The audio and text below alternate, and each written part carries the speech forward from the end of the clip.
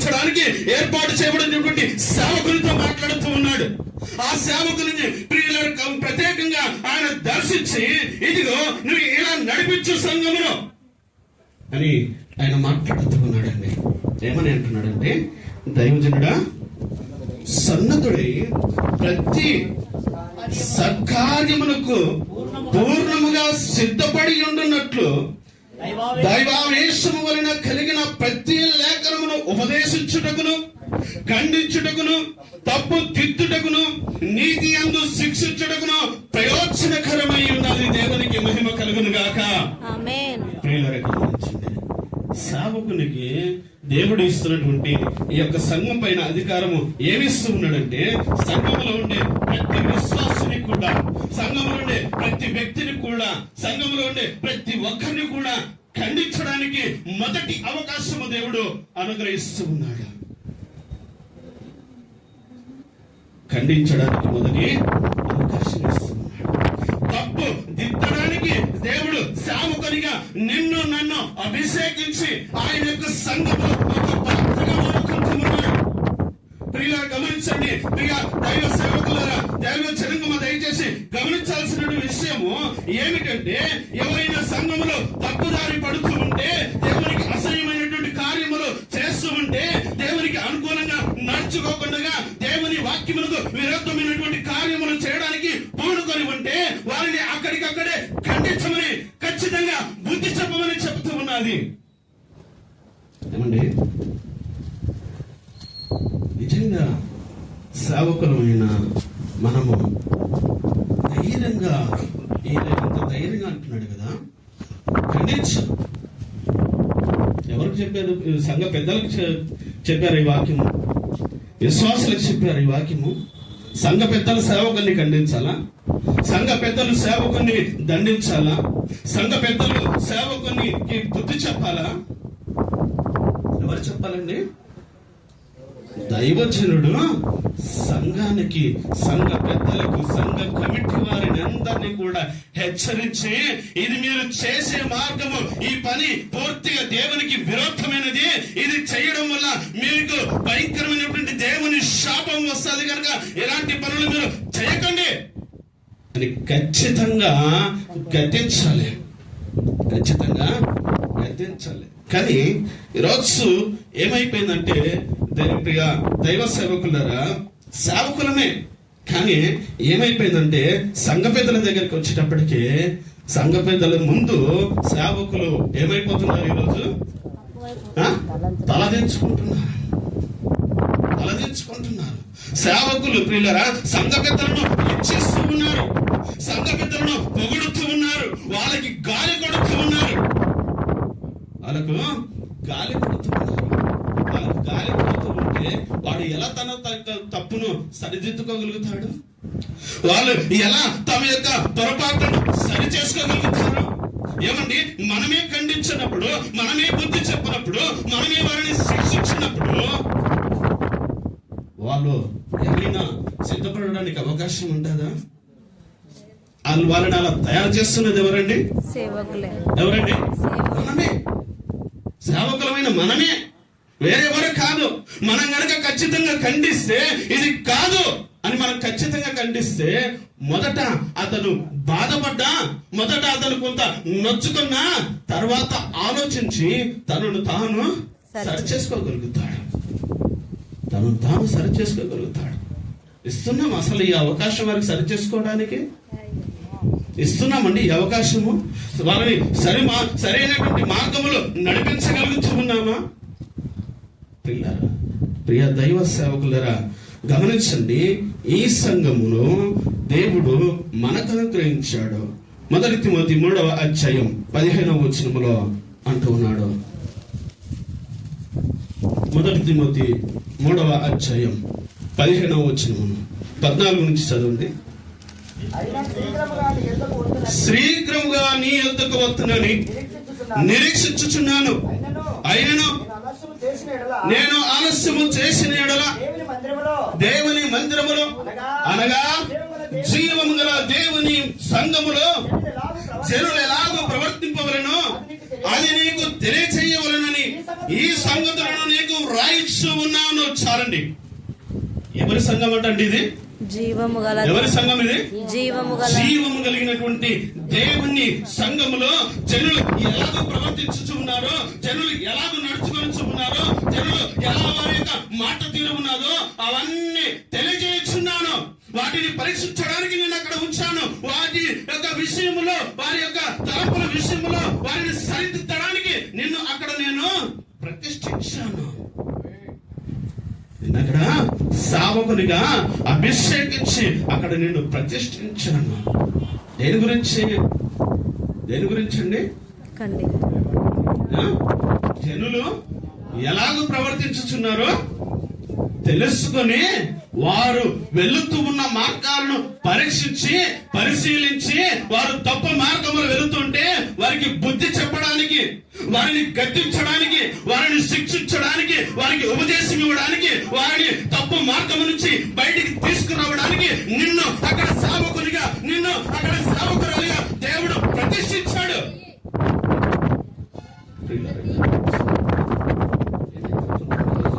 సేవకులమైన మనం అంటే నేను ఒక మాట చెప్పగలుగుతాను ప్రియులరా. మనం బయట ఉన్న జనాలకు, మన జనాలకు చూస్తే ప్రియులరా గమనించండి, దేవుని వాక్యములకు పూర్తిగా వ్యత్యాసం.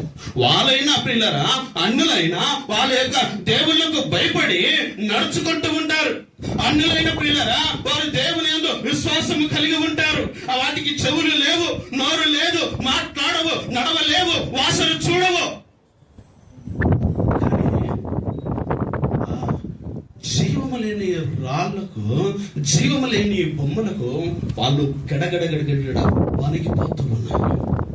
వణికిపోతున్నారా లేదా? మన జనులు ఏమైందంటే జీవము కలిగిన దేవుని సంఘం. ఎవరి సంఘం అండి ఇది? జీవము గల దేవుని సంఘము. ఈ జీవము గల దేవుని సంఘము ఏమైపోతుందంటే ప్రియుల గమనించండి, ప్రియ దైవ సేవకులారా గమనించండి, పూర్తిగా వాక్యములకు వ్యతిరేకమైనటువంటి కార్యములు చేయడానికి పూనుకుంటూ ఉన్నది. అది చేయడానికి కొంతమంది సేవకులు కూడా ప్రోత్సహిస్తూ ఉన్నారు. వాటిని చేయడానికి కొంతమంది సేవకులు కూడా పోనీలే, ఇది చేస్తే ఏమవుతుందిలే, ఇక్కడికి వెళితే ఏమవుతుందిలే, దానికి మొక్కితే ఏమవుతుందిలే, ఇది పెడితే ఏమవుతుందిలే అని సేవకులే బుద్ధి లేకుండా ప్రోత్సహిస్తూ ఉన్నారు. సేవకులే ప్రోత్సహిస్తూ ఉన్నారు. ప్రియులారా గమనించండి, దేవుని వాక్యం చేత మనకు తెలియపరచడం చూస్తూ ఉన్నాం. ఒక ఆయన కూడా దేవుని సేవకులు, ఒక ఆయనను కూడా దేవుడు ఏర్పాటు చేసుకొని దేవుని కృప చేత తన యొక్క మాటలను అందించడానికి వాడుకుంటూ ఉంటే ప్రియులారా గమనించండి, ప్రియ దైవ సేవకులారా గమనించండి, ఆయన ఈ సంఘాన్ని కాయాల్సింది పోయి, ఈ ప్రజలకు బుద్ధి చెప్పాల్సింది పోయి, ఈ ప్రజలను సరైనటువంటి మార్గంలో నడిపించాల్సింది పోయి, ఈ ప్రజలను మరి చేస్తూ ఉన్నటువంటి తప్పులను ఖండించాల్సింది పోయి పాపము చేయడానికి ప్రోత్సహిస్తూ ఉన్నాడు. విగ్రహారాధన చేయడానికి ప్రోత్సహిస్తూ ఉన్నాడు. భయంకరమైనటువంటి నరక పాత్రలుగా వారిని మారుస్తూ ఉన్నాడు. ఎవరండి అతను? ఎవరు? సేవకుడే. ఒకసారి మనందరికి పరిచయం ఉన్నటువంటి వాక్యమే నిర్గమాకాండం. ఇప్పుడు గుర్తుకొచ్చింది అనుకుంటారు ఆయన ద్వారా. ఎవరండి? అహరోను గారు 30వ అధ్యాయములు చూస్తే 32వ అధ్యాయంలో మనం గమనించినట్లయితే ఆయన సేవకులను, విశ్వాసులను, అక్కడ ఉన్న ఇశ్రాయేల్ జనాంగాన్ని గద్దించడానికి బదులు ఆయన ఏం చెప్తున్నాడు? మొదటి వచనం నుంచి సహకరిస్తారా? మోషే గారు కొండ దేవకుండా ఆ ప్రజలు అహరోను యొద్దకు కూడి వచ్చి మా ముందర నడుచుటకు ఒక దేవతను చేయము, ఐగుప్తులో నుండి మమ్మను రప్పించిన మోసే అనువాడు ఏమాయనో మాకు తెలియదు అతనితో చెప్పి. ఈ ఐగుప్తు బానిసత్వము నుంచి, ఐగుప్తు యొక్క సంఖ్యల నుంచి విడిపించుకుని జీవం కలిగినటువంటి దేవుడు వారి యొక్క మొరని ఆ ఐగుప్తు బానిసత్వం నుంచి విడిపించుకుని తీసుకొస్తే వారి ముందర ఒక నాయకుని ఉంచితే ప్రియులారా గమనించండి, ప్రియ దైవ సేవకుల దయతో గమనించండి, ఆ నాయకుడు దేవునితో కొన్ని ప్రాముఖ్యమైనటువంటి ఆజ్ఞలు పొందుకోవడానికి ఆయన యొక్క కొండ మీదకి వెళ్ళి ప్రార్థన చేస్తూ ఉంటే వారికి తోడుగా ఇక్కడ ఒకరు ఉంచారు. మోషే గారు ఆయనను వాళ్ళని విడిచిపెట్టి వాళ్ళకు తోడుగా ఒకరిని ఉంచారా లేదా? ఉంచారా లేదా? ఉంచారు. మరి ఆయన ఉంచినప్పుడు, ఆయన ఈ సమస్య వచ్చినప్పుడు అయ్యా ఎందుకు తొందరపడుతుండ్రు? మోసే దేవుని దగ్గర ప్రార్థన చేస్తూ ఉన్నాడు కదా, దేవుని దగ్గర బ్రతిమలాడుకుంటూ ఉన్నాడు కదా, దేవుని పాదాల చెంత కన్నీరు కారుస్తూ ఉన్నాడు కదా, దేవుని పాదాల చెంత మీ కొరకే విజ్ఞాపన చేస్తూ ఉన్నాడు కదా, దేవుని పాదాల చెంత మీ కొరకే తను ఎంతగానో ప్రలాపిస్తూ ఉన్నాడు కదా. ఆగండి, దేవుడు తనతో ఏం మాట్లాడతాడో, ఏ వాగ్దానం చేస్తాడో, ఏ ఆజ్ఞ తీసుకువస్తాడో ఆగండి, కాసేపు వెయిట్ చేద్దాం అన్నమాట చెప్పిండు ఆయన. చెప్పలేదు. చెప్పలా? ఇప్పుడు ఈయన సంఘాన్ని బలపరిచే ఈ యొక్క ఇజ్రాయేల్ జనాంగాన్ని బలపరిచే మాట మాట్లాడుతుందా, బలహీనపరుస్తూ ఉన్నాడు. ఏమంటున్నాడు? ఇప్పుడు వీళ్ళతో ఆలోచించి చెప్పినాక ఈ అన్నగారు అంటూ ఉన్నారు, అయితే ఇదిగో మీరు అందరూ ఒక పని చేయండి. ఏం చేయాలి? మీ భార్యల దగ్గర, మీ కొడుకుల దగ్గర, మీ కుమార్తెల దగ్గర ఉన్నటువంటి చెవులకున్న చేతులకున్న బంగారు అన్ని తీసుకొచ్చి నా ముందర వేయండి. ఈ రోజుల్లో చాలా మంది సేవకులు, ప్రియ దైవజనంగా గమనించండి, వ్యక్తి తప్పు చేస్తూ ఉన్నప్పుడు ఖండించి బుద్ధి చెప్పడానికి బదులు ఇదిగో నువ్వు దేవునికి ఇది ఇస్తే నీకు ఆశీర్వాదం వస్తుంది, ఇదిగో దేవునికి నువ్వు ఈ వస్తువు తీసుకువస్తే నీకు నీ కుటుంబానికి దీవెన వస్తుంది అనేటటువంటి విషయాలు చెప్తూ ఉన్నారు. కానీ వారిని ఖండించలేకపోతూ ఉన్నారు, వారిని సరైనటువంటి మార్గంలో నడిపించలేకపోతూ ఉన్నారు. ప్రియ దైవ సేవకులారా, దయచేసి గమనించండి. ఒక మీకు గద్వాల పక్కన ఇంకొక అమరవై ఉంటుంది, 7:40 గద్వాల పక్కన మల్లకల్ అమరవై.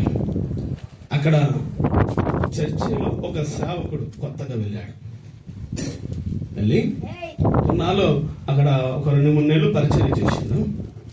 పరిచయం చేసిన తర్వాత ఇప్పుడు మీరు ఒక ప్రత్యేకమైనటువంటి పని పెట్టుకున్నారు. నేను ఉదాహరణకు ఆ ఊరి పేరు చెప్పాను, ఇంకా చాలా ఉన్నాయి అలాంటివి. ప్రియ దైవ జనంగా గమనించండి, ఒక ప్రత్యేకమైనటువంటి పని పెట్టుకున్నారు. ఎప్పుడు వీళ్ళు ఉదయము సాయంత్రం దైవ సేవకురాలు ప్రత్యేకంగా కొంతమంది దగ్గరికి వెళ్ళి, విశ్వాసుల గృహాల దగ్గరికి వెళ్ళి ఏమని చెప్తూ ఉన్నారంటే, ఇదిగో రాత్రి నేను నీ కొరకు ప్రార్థన చేశాను, రాత్రి నీ కొరకు ప్రార్థన చేస్తూ ఉంటే దేవుడు నాకు దర్శనం ద్వారా మాట్లాడాడు, దేవుడు దర్శనం ద్వారా నాతో ఈ మాట అన్నాడు. ఏమిటంటే, ఇదిగో నీవు గనుక నా కుటుంబానికి, సేవకుని కుటుంబాన్ని నువ్వు ప్రేమించి ఒక మంచాన్ని తెచ్చిస్తే నీ కుటుంబం దీవించబడతాదంట. ఏం తెచ్చేయాలా? మంచం తెచ్చేయాలా? ఇంకొక కుటుంబం దగ్గరికి వెళ్ళండు. అక్కడికి వెళ్ళి ఏం చెప్తున్నారంటే, అమ్మా ఇదిగో నీ కుటుంబంలో సమస్యలు ఉన్నాయి, నీ కుటుంబంలో ఎంతో బలహీన పరిస్థితులు ఉన్నాయి, నీ భర్త నీ మాట వినడం లేదు, నీ పిల్లలు నీ మాట వినడం లేదు, ఇదిగో మరి వీరు సరి కావాలంటే, వీరు సరైనటువంటి మార్గంలో రావాలంటే, వీరు నీ మాటకు లోబడాలంటే, మరి నీ భర్త చేసినటువంటి కష్టాయితం నీకు తెచ్చి ఇంట్లో ఇవ్వాలంటే, నీ చేతికి ఇవ్వాలంటే ముందు నీ చెవులకు ఉన్నటువంటి తీసి నా చేతిలో పెట్టు, అప్పుడు నీ భర్త కష్టార్జితము నీకే పెడతాడు. అబ్బా, ఎంత మంచి దర్శనాల్లో, ఎంత మంచి అనుభవాలు. ఏమండి, ఇది దేవుని నుంచి వచ్చిన దర్శనమేనా? ఇది దేవుని చేత నడిపించబడుతున్న బోధనేనా? ప్రియులారా గమనించండి, దేవుని వాక్యములకు విరోధముగా నడుచుకుంటున్న వారు మొదటిగా సంఘాన్ని చెడగొట్టడానికి మొదటి తప్పుడు దర్శనాలు చెప్పి తప్పుడు మార్గములు నడిపించేటటువంటి వారు ఎవరంటే సేవకులే. ఈ మోసే, ఈ అహరోను గారు ఖండించచ్చు కదా, కాసేపు ఆగండి అయ్యా, ఈ యొక్క మోసే వచ్చినంత వరకు ఆగండి, కాసేపు వెయిట్ చేయండి అని ఈ యొక్క అహరోను ఖండించచ్చు కదా. ఖండించాడా?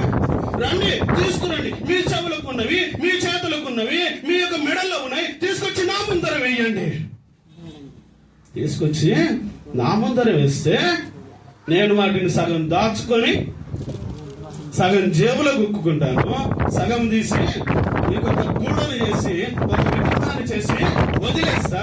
దానితో మీరు పూజిస్తారు, దానితో గంతులేస్తారు, దానితో ఎగురేస్తారు, మీరు ఏమి చేస్తారు మీ ఇష్టం.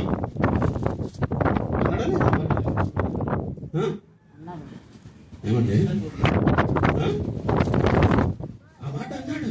చదవండి ఒకసారి ఆ మాటలు. మీరు వారికి నియమించిన త్రోవ నుండి త్వరగా దొరికిపోయి తమ కొరకు పోత పూసిన తోటను చేసుకొని. అయ్యారు కొంచెం 4వ వచనం నుంచి సహకరించండి.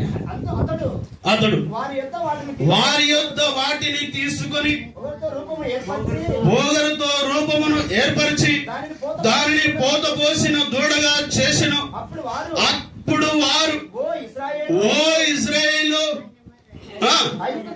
ఐగుప్తు దేశములో నుండి నిన్ను రప్పించిన నీ దేవుడు ఇదే అని. అంత భయంకరమైన మాట చూడండి. ఎవరంటే ఐగుప్తు నుంచి వారిని రప్పించింది? ఐగుప్తు బానిసత్వం నుంచి ఐగుప్తులు వారు పెడుతున్నటువంటి మరణను చూసి, వారు కారుస్తున్నటువంటి కన్నీరులను చూసి, వారు ప్రలాపిస్తున్నటువంటి వారి యొక్క ప్రలాపమును చూసి, వారి యొక్క మరణం ఆలకించి ఆ బానిస సంఖ్యలో నుంచి విడిపించుకొని తీసుకొచ్చింది ఎవరండి? విగ్రహమా? ఈ దూడన? జీవము కలిగిన దేవుడు వారిని ఆ బానిసత్వం నుంచి తీసుకుని వస్తే, ఇప్పుడు ఈ అయ్యగారు చేసినటువంటి పొరపాటుకు, ఈ అయ్యగారు నడిపించినటువంటి తప్పుడు మార్గాన్ని బట్టి ఇప్పుడు వీరు దేన్ని పూజిస్తున్నారు? ఇదే ఐగుప్తు బానిసత్వం నుంచి నేను తీసుకొచ్చినటువంటి దేవుడు ఇదే అని అన్నారు. అంటే ఇది ప్రోత్సహించింది ఎవరు? అహరోను గారు, మన అన్నగారు. ఎవరు? ఆయన తమ్ముళ్ళు చాలా మంది ఉన్నారు ఈ యొక్క సొసైటీలో, అలాంటి సేవకులు. ఆయన తమ్ముళ్ళు చాలా మంది ఉన్నారు. ఏమండి, సేవ చేస్తున్నాము సంఘములో. సేవకునిగా దేవుడు నియమించాడు, సేవకునికి దేవుడు అభిషేకించాడు, సేవకునిగా దేవుడు నిన్ను ఒక సంఘములో ప్రతిష్ఠించాడు. కొంతమంది సంఘస్థులను నీకు అప్పగించి ఆ సంఘస్థులకు బుద్ధి చెప్పు, ఆ సంఘస్థులు క్రమమైన మార్గమును నడిపించు, ఆ సంఘస్థులు ఖండించని దేవుడు గొప్ప పరిచర్య ఇస్తే, ప్రియులారు గమనించండి, ప్రియ దైవ సేవకులను గమనించండి, ఆ ఖండించడానికి, బుద్ధి చెప్పడానికి, తప్పుదిద్దడానికి, వారికి ఉపదేశించడానికి బదులుగా వడిబియ్యం పోస్తే మనం సంకలు ఎగిరేసుకుంటూ వెళ్తున్నాం. ఏమండి, వడిబియ్యం పోస్తే సంకలు ఎగిరేసుకుంటూ వెళ్తున్నాం. అదే పాస్టర్లు కూడా ఈ యొక్క వడిబియ్యం పోసుకొని టబాల్లో ఒక మూట చుట్టుకొని ఇట్లా వేసుకొని మళ్ళీ పెద్ద పోజులు ఇచ్చి ఫోటోలు దిగుతారు. ఉన్నారండి అలాంటి సేవకులు. ఫోటో మళ్ళీ ఒడి బియ్యం పోసుకున్నది కాక, ఇదో మేము ఒడి బియ్యం పోసుకున్నాం, మేము విగ్రహారాధన చేస్తున్నాం, మేము ఆ రోజు అహరోను దూడను పూజించమని చెప్పినట్టుగా మేము కూడా ఈ రోజు ఈ యొక్క విగ్రహారాధన చేయమని ప్రోత్సహిస్తున్నాం చూడండి అని ఫోజులు ఇచ్చి మళ్ళీ ఫోటోలు దిగుతున్నారు. ఆ ఫోటోలు దిగి పోని వాళ్ళ ఫోన్ లో ఏమైనా పెట్టుకుంటున్నారా అంటే మళ్ళీ దాంట్లో ఎక్కడ పెడుతున్నారు? సోషల్ మీడియాలో, వాట్సాప్ స్టేటస్ లో, ఫేస్బుక్ గ్రూపుల్లో, ప్రియులారు గమనించండి, ఇన్స్టాగ్రామ్ లో, ఇట్లా సోషల్ మీడియాలో పెట్టి సంఘస్థులను భ్రష్టు పట్టిస్తూ ఉన్నారు.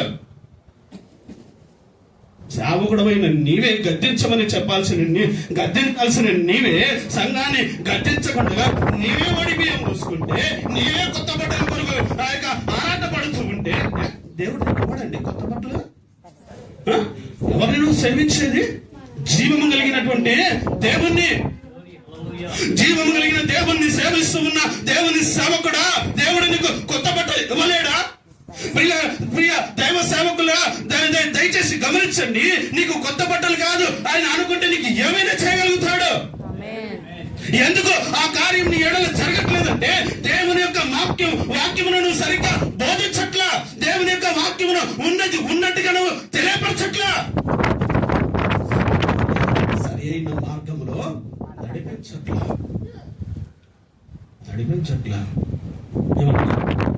బియ్యం కాడికి సక్కలు ఎగరేసుకుంటూ వెళ్తాం. ఎవరైనా గృహప్రవేశం చేస్తున్నారంటే అయ్యగారు పొద్దున్నే 3 గంటలకు రండి, 3 గంటలకు కలికుండా ఇంట్లో తీసుకెళ్ళాలంట. ఏమండి 2 గంటలకు 3 గంటలకు ఎవరు తిరుగుతారండి? చెప్పండి అయ్యా, ఎవరు తిరుగుతారు 2-3 గంటలకు? చెప్పండి అయ్యారు. దయ్యాలే. ఆ దయ్యాల కొరకు పోయి మనం ఏం చేయాలి? మళ్ళీ అక్కడ ప్రభువా ఈ యొక్క నూతన గృహమును దీవించు, ఈ దయ్యాలు తిరిగే గృహాన్ని ఆశీర్వాదించు, మళ్ళీ మనం ప్రార్థన చేయాలి. ఖండిస్తున్నామా దాని గురించి? అమ్మా ఇది కాదమ్మా, ఇది వాక్యానుసరమైనది కాదు, ఇది వాక్య ప్రకారమైనది కాదు, ఇది చేయకూడదు, ఇది ఇలాంటి నడుచుకోవడం వల్ల దేవునికి దూరస్తుడు అయిపోతావు, దేవుని సన్నిధికి దూరస్తుడు అయిపోతావు, ఆత్మీయంగా చచ్చిపోతావు అని చెప్పగలుగుతున్నామా? ఈ మాటను చెప్పగలుగుతున్నామండి? పిలుచుకోరు, సంఘంలో ఉండనియారు. ఏమండి ప్రియ సేవకులను దయచేసి గమనించండి. మనిషి నిన్ను సేవకునికి పిలిచింది, జీవం కలిగిన దేవుడు సేవకునికి పిలిచింది. జీవము కలిగినటువంటి దేవుడే నిన్ను సేవకునిగా అభిషేకించి, సేవకునిగా ప్రతిష్ఠించి, సేవకునిగా నిన్ను నియమించి ఆయన సంఘములో వాడుకోవాలని ఆయన ఆశ కలిగి ఉంటే మనుషుల కాలు దొక్కడానికి ఏమన్నా ఉందండి? పోకుంటే అయ్యగారు అక్కడ ఏమిటది కలికుండ గురించి ప్రార్థన చేయడానికి పోకుంటే, అర్ధరాత్రి ఆ దయ్యాల కొరకు ప్రార్థన చేయడానికి పోకుంటే సంఘం నుంచి మమ్మల్ని వెళ్ళగొడతారు. సంఘం నుంచి ఏం చేస్తారు? వాళ్ళు వెళ్ళగొడితే దేవుడు నిన్ను పోషించలేడా? దేవుని పోషించలేడా? అయ్యో నేను కొత్త పోతాను, అట్లా వాక్యం ఉన్నదని చెప్తున్నాను, గమనించండి. దగ్గర గమనించండి. దేవుని పాదాల దగ్గర కన్నీరు కారిస్తే ఆయన ఎవరినైనా వాడుకుంటాడు. ఏమండి మనం సేవకులుగా నియమించుకోవాలి. మన ఆలోచన కాదు, మన ఆలోచన ఏమన్నా ఎప్పుడైనా ఆయన మనల్ని నిర్మించుకున్నాడు సేవకులుగా? ఒకసారి ఇర్మియా గ్రంథం చదవండి. మీ అందరికి బాగా పరిచయమైనటువంటి వాక్యమే. ఎక్కడండి? కొంచెం గట్టిగా చదవాలి. వచ్చింది గర్భములో. చదవండి, కొంచెం క్లియర్ చదవండి అయ్యా. ఒక్కరు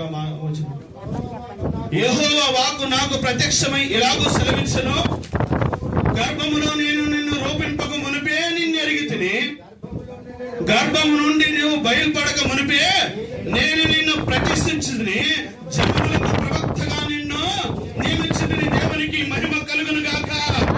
దేవునికి మహిమ కలుగును గాక. మనమనుకుంటారా అలా ఆయన సేవకుడు? ఏమండి ఎవరు నియమించారు? మన తల్లిదండ్రుల? మనమా? ఎవరు? దేవుడే. ఎక్కడ నియమించాడు? మనం ఈ భూలోకానికి వచ్చినాం కాదు, మనం పెరిగి పెద్దగైనా కాదు, మనం బుద్ధి జ్ఞానం వచ్చిన తర్వాత కాదు.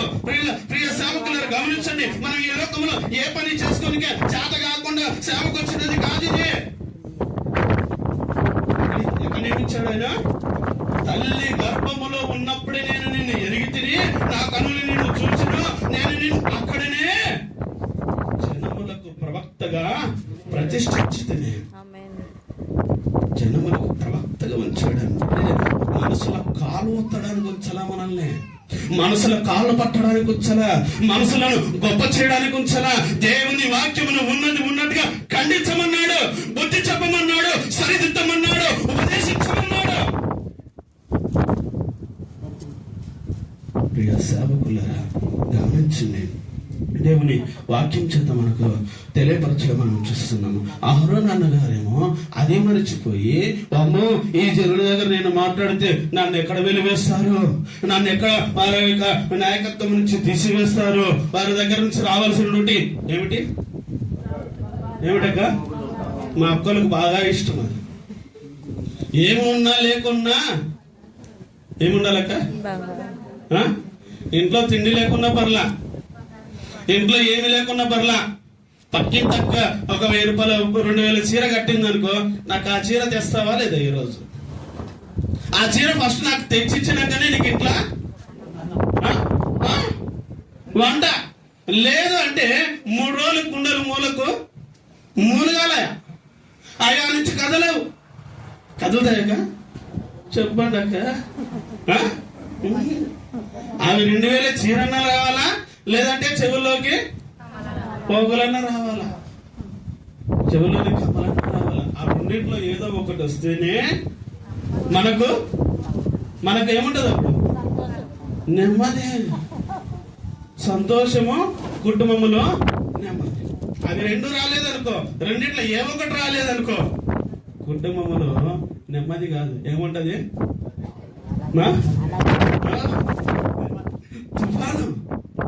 తుఫాను రేగుతుంది. ప్రియా దైవ సేవకులారా గమనించండి, అది బంగారము మంచిదై ఉండొచ్చు, కానీ దేని గురించి మనం వాడుతున్నాం, దేని గురించి వాడుతున్నాం అది మనం గమనించాలి. అహరోను అన్న గనుక ఆ రోజు గనుక వారిని గద్దించి, వారికి బుద్ధి చెప్పి, వారిని ఖండించి, ఉపదేశించి, ఏయ్ ఆగండి, ఇది సరైన మార్గము కాదు, ఇది దేవునికి వ్యతిరేకమైంది, నా దేవుడు అన్నాడు, మీలో 20 అధ్యాయములు అన్నాడు, నేను తప్ప వేరొక దేవుడు నీకు ఉండకూడదని చెప్పాడు. ఇప్పుడు ఈ రోజు ఈ యొక్క విగ్రహమును చేస్తే నేను మిమ్మల్ని దేవునికి దురస్తులు చేసిన వాడనైతానని ఆ రోజు ఆయన కనుక ఖండించి ఆ విగ్రహమును చేయకపోయింటే మనకి దుస్తులు వచ్చేది కాదు అన్నాడా మాట ఆయన. సరే 8వ అధ్యాయం చదవండి. నిర్గమకాండం 20వ అధ్యాయం చదవండి.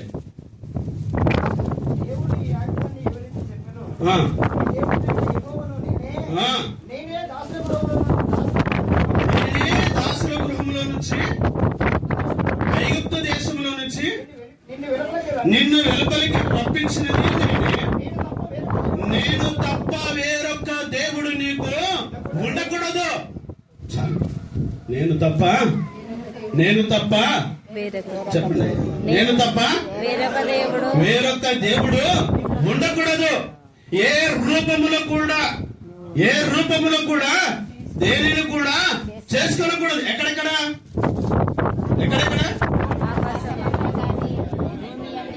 భూమి కింద నీళ్ళ ఎందే గాని మరి ఏ రూపములో కూడా దేనిని కూడా నువ్వు చేసుకోకూడదు. ఏ రూపంలో అన్నాడా? ఏ రూపంలో అన్నాడా? లేకపోతే ఖాళీ ఈ రూపంలోనే అన్నాడా? ఏ రూపంలో కూడా దేనిని కూడా చేసుకోకూడదు అనేటటువంటి విషయము ఆయన చాలా స్పష్టంగా చెప్పాడు. కానీ మనం ఏం చేస్తున్నామంటే, మనం ఈరోజు కొంతమంది సేవకులు సంఘస్థులకు నేర్పించేది ఏంటంటే, అమ్మా విగ్రహారాధన చేయకూడదు, ఇది పాపమమ్మా అని బాగానే చెప్తూ ఉన్నాం. అయితే ఇంట్లో ఉన్నటువంటి వారు అన్యులు గనుక దేవుణ్ణి బాగా నమ్మారు. గమనించండి, అన్యులు దేవుని నమ్మి దేవుని దగ్గరికి వస్తే వారి ప్రాణం పైన తిరిగి దేవుణ్ణి వదిలి, ప్రాణం పోయినా సరే తిరిగి దేవుణ్ణి వదిలి మాత్రం వారు వెళ్ళరు. అయితే మనం కొంతమందికి చెప్పినప్పుడు వారు మంచిగా సేవకుల మాట విని, సేవకుల మాటకు లోబడి చక్కగా వారు అనుకున్నటువంటి ఏదైతే సేవకులు చెప్పారో ఇంట్లో ఉన్నటువంటి ఆ విగ్రహ సంబంధమైనటువంటి ఫోటోలన్నీ తీసి బయటకు వేశారు. ఏ కాలువలోనూ ఏ చెత్త కుప్పలోనూ వేశారు. ఏమండి, ఇప్పుడు ఏం తీసేశారు? విగ్రహాలను తీశారు. ఇప్పుడు వాళ్ళ ఇంట్లో ఉన్నటువంటి ఈ నలుగురిని తీసి బయటికి పంపించేశారు. ఎంతమంది ఉన్నారు వాళ్ళ ఇంట్లో? ఇప్పుడు 4 అనుకుందాం. పేర్లు మనకు వద్దు, లెక్క మనందరికి బాగా తెలిసింది కదా. వాళ్ళు 4 తీసేశారు. 4 తీసేసినాక ఇప్పుడు మనం ఏం చేశామంటే 4కి 40 మందిని జమ చేశాం. విగ్రహారాధన చేయకూడదని చెప్తున్నాం, విగ్రహారాధన మంచిది కాదని చెప్తున్నాం, ఇది దేవునికి వ్యతిరేకం అని చెప్తున్నాం. ఇంట్లో ఉన్నటువంటి ఫోటోలు విగ్రహ సంబంధమైనటువంటి వాటన్నిటిని తీపించేశాం. అవి తీపించేసి ఇప్పుడు ఇంకొక విగ్రహాన్ని తీసుకొచ్చి పెట్టాము. ఇంట్లో ఇంకొక విగ్రహాన్ని తీసుకొచ్చి పెట్టాము. నాకు ఒక విషయం తెలియదు, మీలో ఎవరైనా తెలిసి ఉంటే నాకు ఒక చిన్న డౌట్ ఉంది, అది కొంచెం క్లారిఫై చేయండి. మనము యేసుక్రీస్తు ప్రభు వారు ఫోటోలు పెడుతున్నాము కదా, ఆ ఫోటోలో ఉన్నటువంటి వ్యక్తి నిజంగా యేసుక్రీస్తు ప్రభువేనా? ఒకవేళ ఎవరైనా తెలిస్తే నాకు చెప్పండి.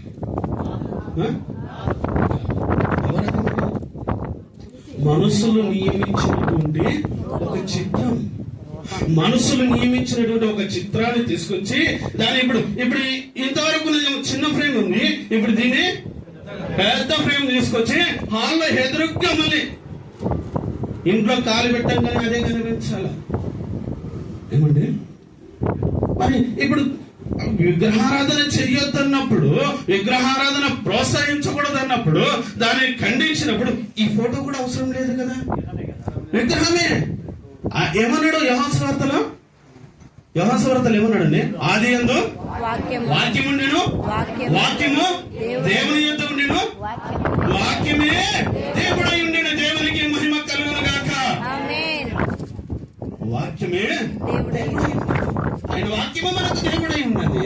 ఆయన వాక్యం మనకు అవసరం కానీ యేసుక్రీస్తు ప్రభువుని మనం చూడలేదు, ఆయనతో పరిచయం లేదు. ప్రియులారా గమనించండి, ఆ ఫోటోకు మనకు ఎలాంటి సంబంధం లేదు, కానీ దాని ఇంట్లో పెట్టుకొని యేసుక్రీస్తు ప్రభువు వారు ఆయనను పూజించండి, ఆయన క్యాండిల్స్ వెలిగించండి, ఆయనకు పూలదండవి.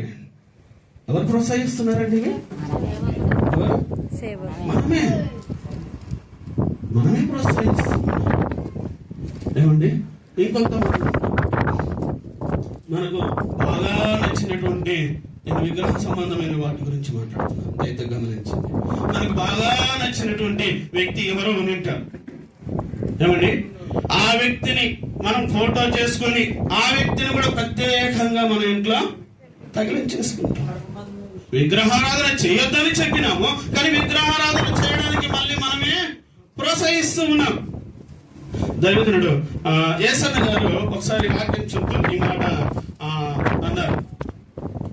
ఒక వృద్ధురాలు ఆయన దగ్గరికి వచ్చిందంట. ఆయన దగ్గరికి వచ్చి, అయ్యా ఇంట్లో సమస్యలు బాగున్నాయి కనుక మా అబ్బాయి చెప్పిన మాట వినటం లేదు, వాడు బాగా తాగుతున్నాడు, వాడు అసలు ఇంటికి రావట్లేదు, ఇంటి గురించి ఏం పట్టించుకోవట్లేదు, కనుక వాడు సరిగా ఉన్నట్లుగా ప్రార్థన చేయండి అని చెప్పింది. సరే అమ్మా ప్రార్థన చేస్తారన్నదండి అని అయ్యగారు అన్నాక ఈమె మళ్ళీ ఒకటి ఏం చేసిందంటే ఈమె దగ్గర ఉన్నటువంటి నూనె సీసా తీసి ఇచ్చింది. ఏమిటి?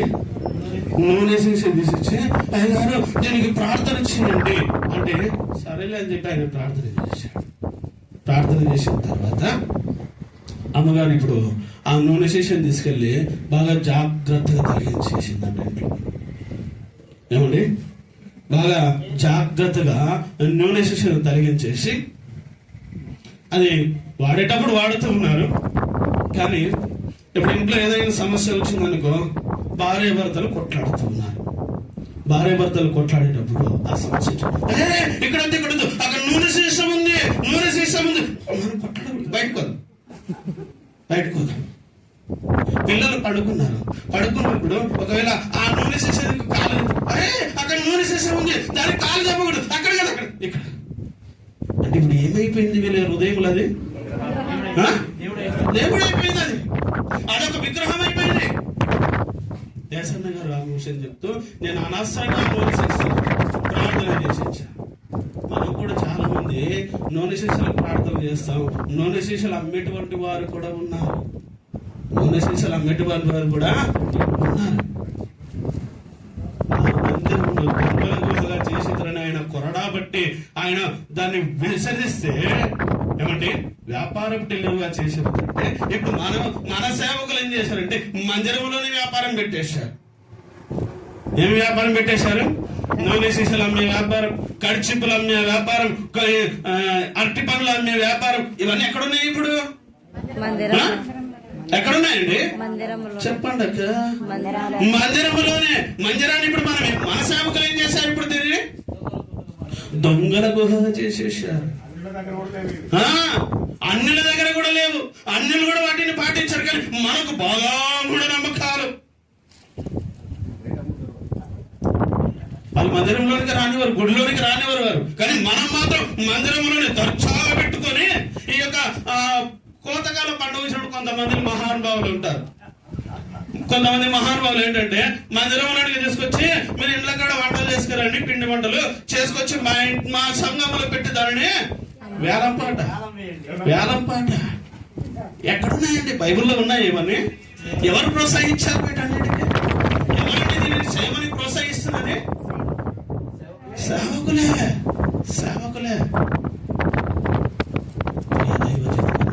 దయచేసి అహరోను అన్న లాగా మనము ప్రవర్తించకూడదు. అహరోన్ అన్న పొట్టకూటి కొరకే చేశాడు అనుకోవచ్చు. కరెక్ట్గా చెప్పాలంటే వచ్చిన బంగారం అంతా దూడ చేసి ఉంటాడండి. సగం వెనక్కి సగము దూడ. ఆడ కొన్ని లక్షల మంది ఉన్నారు జనాలు. పిల్లల దగ్గర నుంచి, ఆ అబ్బాయి దగ్గర నుంచి, అమ్మాయి దగ్గర నుంచి, భార్య దగ్గర నుంచి కనీసం ఒక 10 తలాలు వెళ్ళినా అనుకుందాం. ఒక్కొక్కరి దగ్గర. ఈ 10 తులాలు లక్షల మంది చేసినప్పటికి ఎంత కావాలా? కింటర్లు కావాలా గారు? కింటర్లు కావాలా? ఇప్పుడు ఆ దూడ చూస్తే ఎంతుంది? అంతుంది. ఆ దూడకు ఇప్పుడు మరి బంగారం అంతా పెట్టిండారా? సగం వెనక్కి. ఏమన్నా అంటే మనం ఇప్పుడు సేవలో ఉన్నప్పుడే, బలంగా ఉన్నప్పుడే మనం దాచిపెట్టుకోవాలి. ఏం చేయాలి? దాచిపెట్టుకోవాలి. లేకపోతే మనం పోషణ ఎక్కడా? జీవం గల దేవుని మీద నమ్మకం లేదా? జీవం గల దేవుణ్ణి సేవించట్లేదా? జీవం కలిగినటువంటి దేవుణ్ణి అనుసరించట్లేదా? ఆయన మీద విశ్వాసం లేదా? ఆయన ఏదో మరి నమ్మకం లేకుండా నేను సేవకుడిగా ఎలా అయ్యావు? ఆయన మీద నమ్మకం లేకుండా నువ్వు సేవకుడు వెళ్ళవయ్యావు. ఏమండి, సంఘస్థులను తప్పుదోవ పట్టించే సేవకులు చాలా మంది ఉన్నారు. అందుకే ఆయన వెళుతూ చెప్పిపోయాడు కూడా. ఏమని చెప్పాడు? అబద్ధ బోధకులు వస్తారు.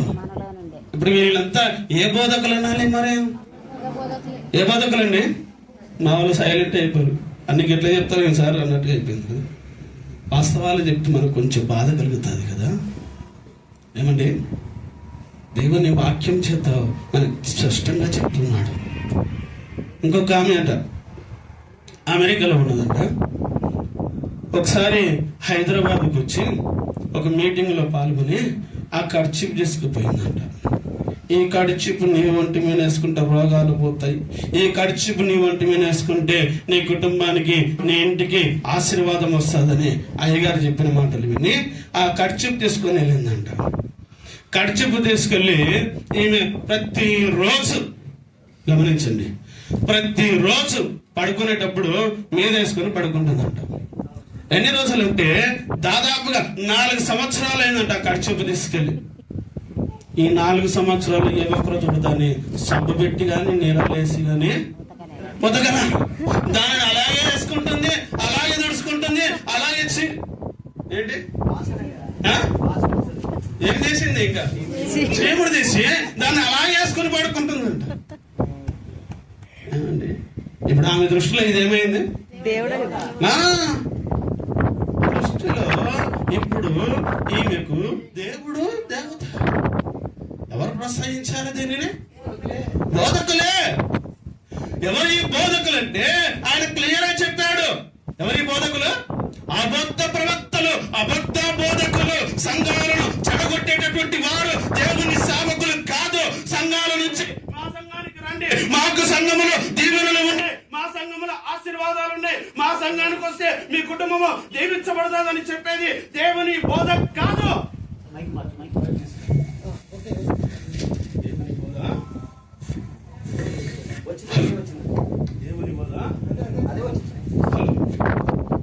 ఏమండి, మా సంఘానికి రండి అంటే ఏమండి, నీవు ఒక్క సంఘములో దేవుడు నిన్ను అభిషేకించాడు కదా, లేదా నీ ఊర్లో నీకు దేవుడు ఒక ప్రత్యేకమైనటువంటి స్థలాన్ని ఇచ్చాడు కదా, అక్కడ కన్నీరు కార్చొచ్చు కదా, అక్కడ మోకరించి ప్రభువును గోచాడొచ్చు కదా, ప్రభువు చెత్త బ్రతిమలాడొచ్చు కదా. ప్రభువా, నాకంటూ కొంత యొక్క సంఘాన్ని ఏర్పాటు చేయి, నీ బిడ్డల్ని నడిపించు, నీ బిడ్డల్ని బలపరచు, నీ బిడ్డలతో నువ్వు మాట్లాడి నీ యొక్క స్థలమునకు నువ్వు తీసుకురాని ప్రభు దగ్గర అడగొచ్చు కదా. అడ్వర్టైజ్మెంట్ చేస్తున్నాం. టీవీల్లో వచ్చే అడ్వర్టైజ్మెంట్కు ఇప్పుడు మనం చేసే అడ్వర్టైజ్మెంట్కు తేడా ఏమీ లేదు. నాకు తెలిసిన ఒక ఆయన ఉన్నాడు.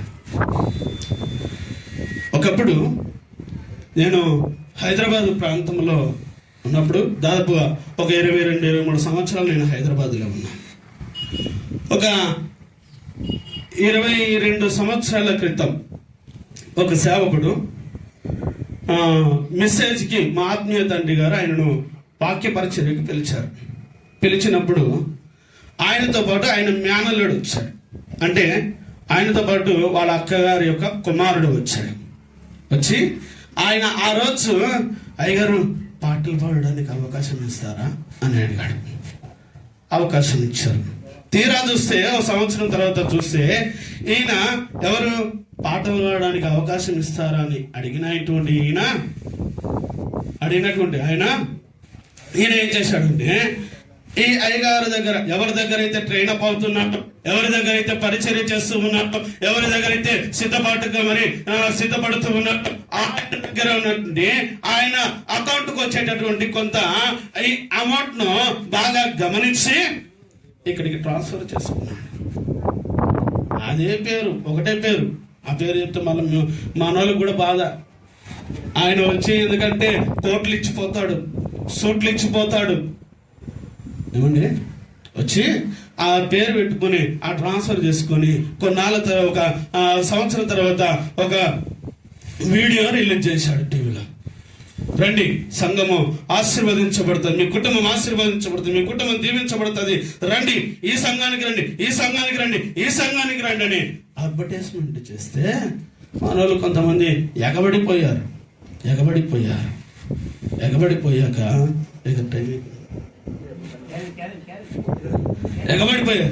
ఎగబడిపోయిన తర్వాత మొదటిగా 50 మంది జమ అయ్యారు. తర్వాత 100 మంది జమ అయ్యారు. ఈ 100 మంది జమ అయినాక ఒక ఫంక్షన్ హాల్ తీసుకున్నారు.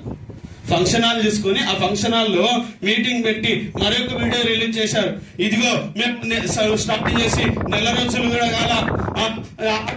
కాల మా దగ్గరికి ఇప్పుడు ఇంతమంది వస్తున్నారు చూడండి, 8,000 మంది వస్తున్నారు చూడండి అంటే మనకి ఎక్కడ జనాలు ఉన్నారంటే అక్కడికి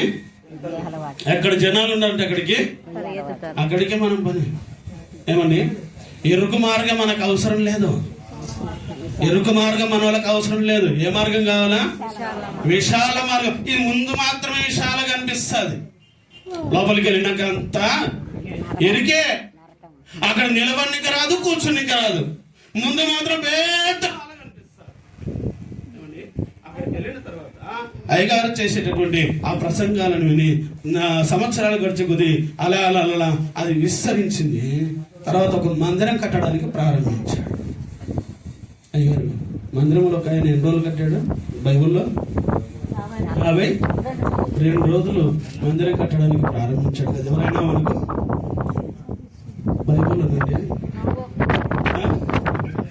నెహెమియా గారు 52 రోజుల మందిరం కట్టాడు, నేను కూడా 52 రోజుల మందిరం కడతాను, రండి సహకరించండి అని చెప్పి ఆ స్థలాల్లో ఆ ప్రకటన చేయడం ప్రారంభించిన తర్వాత అందరూ వెళ్ళారు. ఆ ప్రకటన వినేసి పిల్లలు గమనించండి, ఆ ప్రకటన భయంకరమైనటువంటి వ్యాపారం జరిగింది. మీరు గమనించారు లేదు? భయంకరమైనటువంటి వ్యాపారం, భయంకరమైనటువంటి వాక్యానికి వ్యతిరేకమైన కార్యం జరిగింది. ఏమిటి జరిగిందంటే, ఎవరైతే ఈ మందిరము కట్టడానికి ₹1,00,000 ఎవరైతే ముందుకు ఇస్తారో వారికి నేను వాడేటటువంటి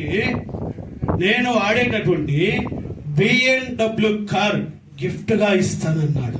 ఆ రోజులు అది 90 లక్షలు. ఆ BMW కారు గిఫ్ట్ గా ఇస్తానని చెప్పగానే నిమిషాల మీద వెళ్ళిపోయింది. నిమిషాల మీద వెళ్ళిపోయిన తర్వాత ప్రియ దైవ సేవకులారా గమనించండి, ఇప్పుడు ఈ మందిరం ఓపెనింగ్ అయింది. మందిరం ఓపెనింగ్ లో లాటరీ తీశారు. అసలు ఈ అడ్వర్టైజ్మెంట్ చేయమని వాక్యం మనకు చెప్పిందా? మా దగ్గరికే రండి అని పిలవమని చెప్పిందా? ఏమన్నా అక్క చెప్పిందా? చెప్పాలా? జనాలు ఎక్కడ ఉంటే అక్కడికి అయ్యారు వెళ్ళారు. జనాలు ఎక్కడికి ఉంటే అక్కడికి ప్రభువారు వెళ్ళారు. నడుచుకుంటూ వెళ్ళి పరిచర్య చేశారు. కానీ మా దగ్గరికి రండి అంటే నడవడానికి దేవుడు కాళ్ళలో సత్తు వల్లదా అండి? ప్రియులారా గమనించండి. అయితే ఈ BMW కార్ అని చెప్పాను కదా, ఈ లాటరీ వేసిన తర్వాత చీటీ వచ్చింది, ఒక పేరు వచ్చింది. పేరు వచ్చినాక మనకు అక్కడికి ట్రాన్స్ఫర్ చేస్తాం చూడండి. ట్రాన్స్ఫర్ చేసినప్పుడు ముందు మన ఐడి మొత్తం వాళ్ళ దగ్గర ఉంటుంది, మన ప్రొఫైల్ మొత్తం వాళ్ళ దగ్గర ఉంటుంది. మీరు గమనించండి, వెళ్ళిన వాళ్ళకి బాగా మీకు ఐడియా ఉంటుంది. మన ప్రొఫైల్ మొత్తం వాళ్ళ దగ్గర ఉంటుంది. మన ఇంట్లో ఎంతమంది, బిడ్డలు ఎంతమంది, కొడుకులు ఎంతమంది, తల్లిదండ్రులు ఉన్నారా లేదా, మీ వయసు ఎంత, మీరు ఏం చేస్తున్నారు, ప్రతి ఒక్కటి కూడా వాళ్ళ దగ్గర ఉంటుంది. ఈ యొక్క లాటరీలో ఒక పండు వృద్ధాప్యంలో ఉన్నటువంటి ఒక వృద్ధురాలికి వచ్చింది. ఈమెకు భర్త లేడు, పిల్లలు లేరు, ఆస్తి ఉంది కానీ ఎవరు లేరు. ఇప్పుడు మరి ఈ అమ్మగారికి కారు వచ్చింది కదా, ఏం చేయాలి? అయ్యగారు, ఇంత వృద్ధాప్యంలో నా చేతన ఏమవుతుంది, నీవే పెట్టుకోని రిటర్న్ ఇస్తే ప్రభు ఈమెను దీవించును గాక. ఈమెకి ఇచ్చినటువంటి కారు మళ్ళీ దేవుని పరిచర్యకే ఈమె ఇచ్చింది. ఈమె కొరకు ఒకసారి అందరూ చప్పట్లు కొట్టండి. కొట్టేటక్క చప్పట్లు కొట్టానంటే మన వాళ్ళందరూ ఎగబడి చక్కపట్లు కొట్టడం, వారికి ఇచ్చింది కదా మాకు కూడా వస్తుందని వీళ్ళు మళ్ళీ పంపించారు. రాని పిలవకూడదు. ప్రియ సేవకులారా, దేవుని సంఘము మన కన్నీరు కార్చేది. మనం ప్రత్యేకంగా ఎంతమంది కొరకు నాకు ఒక చిన్న డౌట్ ఒకవేళ మనం ఉదయకాలం లేచి 2 గంటలకు 3 గంటలకు ప్రార్థన చేస్తుంటాం కదా, ఎంతమంది పేర్లు గుర్తుంటాయి మనకు? ఎన్ని కుటుంబాలు గుర్తుంటాయి మనకు? ఎన్ని కుటుంబాలు గుర్తుంటాయండి? ఒక 10, 20, 50 వేసుకుందాం. 50 కుటుంబాలు. వాస్తవానికి 50 మందికి 100 మందికి ఒక లీడర్ ఉండాలి. అంటే 50 మందికి 100 మందికి ఒక సేవకుడు ఉండాలి. అంతకు మించురు అనుకో ఇంకొక సేవకుడిని ఏర్పాటు చేయాల్సిందే. మా దగ్గర కొంతమంది చెబుతూ ఉంటారు, మనం టీవీలలో చూస్తుంటాం, కొంతమంది బయట కూడా చూస్తుంటాం. 2000 మంది మా సంఘం ఉంది, 3000 మంది మా సంఘం ఉంది, 4000 మంది మా సంఘం ఉంది అని చెప్తూ ఉంటే ఈ 1000 మంది కొరకు ఎంతసేపు ప్రార్థన చేయగలుగుతామండి? ఒక వ్యక్తి కొరకు ప్రార్థన చేయడానికి 1 నిమిషం పెట్టుకుందాం అనుకోండి. ఒక వ్యక్తి కొరకు 1 నిమిషం ప్రార్థన చేస్తే ఇప్పుడు 2000 మంది కొరకు ప్రార్థన చేయాలంటే ఎన్ని నిమిషాలు కావాలి? 2000 నిమిషాలు అంటే ఎన్ని గంటలు చేస్తున్నామా? మరి ఎలా చేస్తున్నాం? ఎలా? పక్కన వాళ్ళు రాంటి అని పిలుస్తూ ఉన్నాం. వాళ్ళ గురించి తెలియదు, వాళ్ళ పరిస్థితి తెలియదు, వారి కుటుంబం ఏంటో తెలియదు, వారి యొక్క స్థితిగతులు ఏంటో తెలియదు. కానీ రండి వచ్చి మాకు అహరోను అన్నకి ఇచ్చినట్టుగా ఏమిచ్చిండ్రు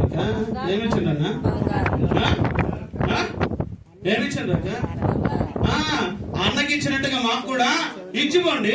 మీరు ఇంటికి వెళ్ళాక మీరు ఎట్టన్నా తిరగండి, ఏమన్నా చేయండి, మిమ్మల్ని అడిగేది మేము లేదు. నువ్వు దొంగతనం అని చేయి, నువ్వు మర్డర్ అన్న చేయి, నువ్వు వ్యభిచారం అన్న చేయి, నువ్వు విగ్రహారాధన అన్న చేయి, ఏమన్నా చేసుకో, మాది మాకు ఇచ్చేసి దేవుడు దీవిస్తాడు, ఆశీర్వాదిస్తాడు. కుటుంబం వరకు తెలుస్తుంది. నీ పిల్లలకు ఉద్యోగాలు ఇస్తాయి, నువ్వు మంచి ఇల్లు కట్టుకుంటావు, నువ్వు మంచి కారు కొనుక్కుంటావు, మంచి పొలము కొనుక్కుంటావు. ఏమండి, ఈ బోధన దేవుడు మనకు నేర్పించింది. ఈ బోధన మన దేవుడు మనల్ని పిలిచింది. ఏమంటున్నాడు ఆయన? తిమోతి పత్రికలు ఏమన్నాడు? దైవజనుడా, సన్నద్ధుడవై దైవావేశము వలన ఖండించుమో, బుద్ధి చెప్పు. చదవండి ఆ మాటను ఒకసారి, ముగించేస్తాం. చాలా విషయాలు ఉన్నాయి కానీ సమయం అయిపోయింది కనుక ముగించేస్తాం. దైవజనుడు సన్నద్ధుడై ప్రతి సత్కార్యమునకును పూర్ణముగా సిద్ధపడి ఉండునట్లు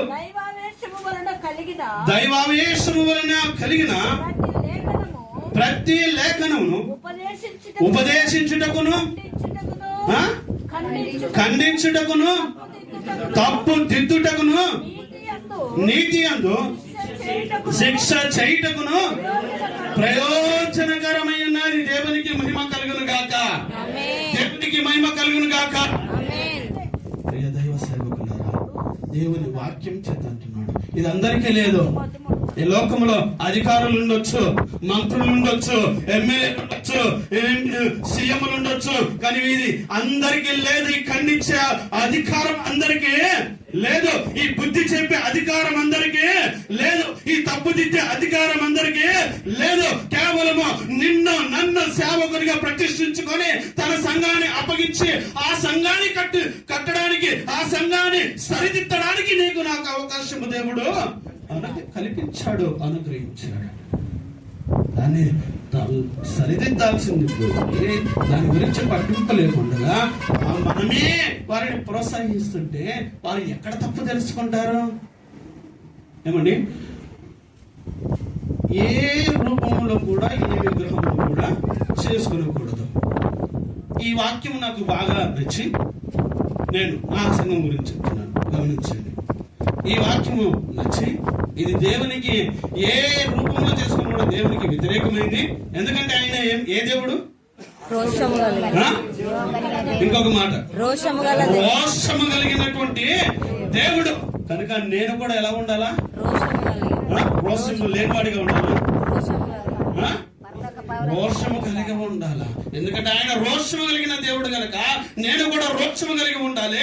నేను కూడా రోషముతో ఆయన సేవ చేయాలి. ఏదైతే ఆయన చేయకూడదని చెప్పాడో దాన్ని ఖండించాలి, ఏదైతే ఆయన చేయమని చెప్పాడో దాన్ని ప్రోత్సహించాలి అనే ఉద్దేశంతో ఏ విగ్రహమును కూడా చేర్చకూడదని చెప్పినప్పుడు ప్రియులారా గమనించండి, ప్రియ సేవకులారా గమనించండి, జ్ఞాపకార్థ కూడిక చేస్తూ ఉంటే ఫోటోలు పెట్టుతారు.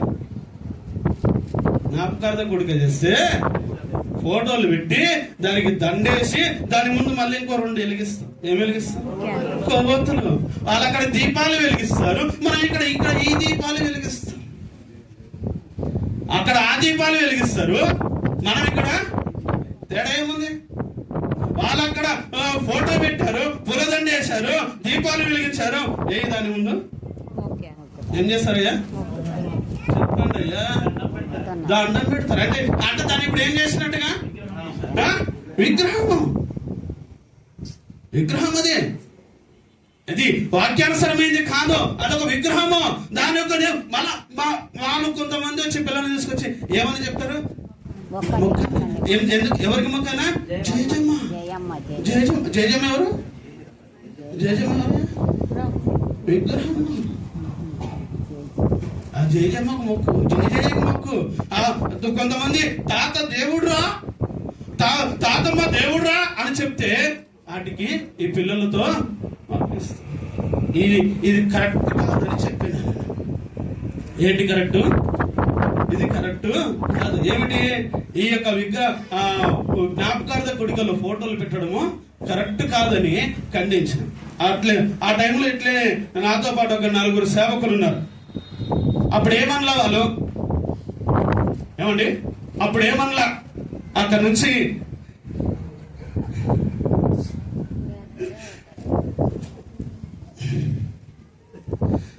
నుంచి అప్పుడు అవకాశం ఇచ్చారు. అవకాశం ఇస్తే ప్రార్థన చేశారు. వాళ్ళు మాట్లాడి వెళ్ళిపోయింది. వెళ్ళినాక 2వ రోజు మా సంఘస్థులకు ఫోన్ చేసి మీ పాస్టర్ గారు ఇప్పుడు ఫోటో పెట్టొద్దు అన్నాడు కదా, దానికి పులదండ వేయొద్దు అన్నాడు కదా, దానికి కొవ్వొత్తులు వెలిగించొద్దు అన్నాడు కదా, దానికి మొక్కొద్దు అన్నాడు కదా, మీ సేవకుడు ఎన్ని రోజులు ఉంటాడు మీ దగ్గర?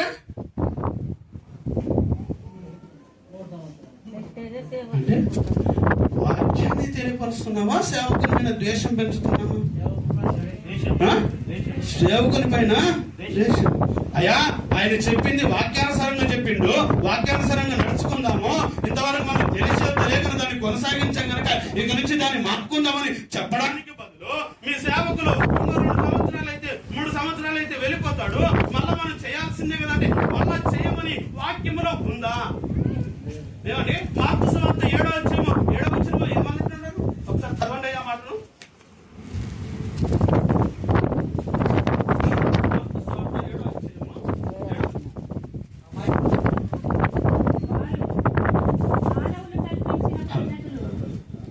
వారు మానవులు కల్పించిన పద్ధతులను దైవోపదేశములని బోధించుచు నన్ను వ్యర్థముగా ఆరాధించుచున్నారు. చాలు, ఎలా ఆరాధిస్తున్నారంట? వ్యర్థముగా.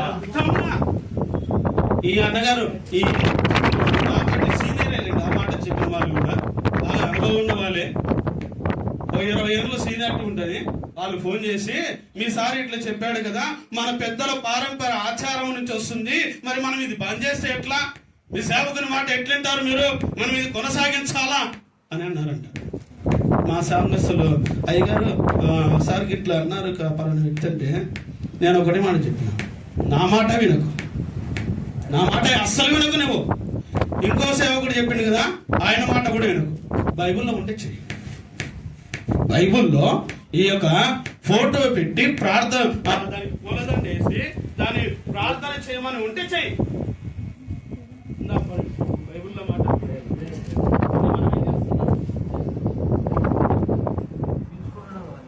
ఇంకా కావాలని ఇంకా కావాలది. ఎందుకంటే నన్ను క్షమించున్నాక ఎందుకు కల్పిస్తున్నామంటే, అక్కడికి వెళ్ళి దాన్ని చేయమని ప్రోత్సహించినామనుకో, వాళ్ళే చెప్పిండు. చూస్తున్నావా, మా సారే వచ్చి ఆ ఫోటోకు పూలదండ వేసి, మా సారే వచ్చి ఆ ఫోటో మీద కొన్ని పూలు చిలకరించి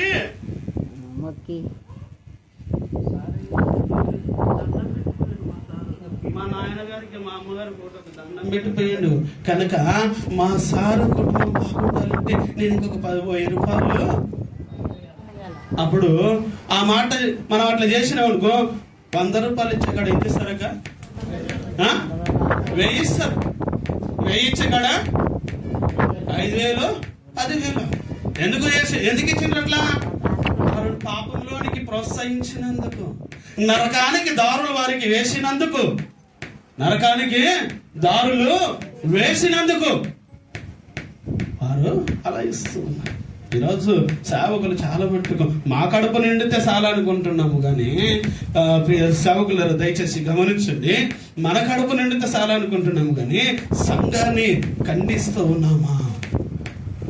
సంఘాన్ని సరిదిద్దుతూ ఉన్నామా? దేవుని సంఘము మనకు ఆ జీవం కలిగిన సంఘాన్ని ఏం చేయమనిచ్చాడు?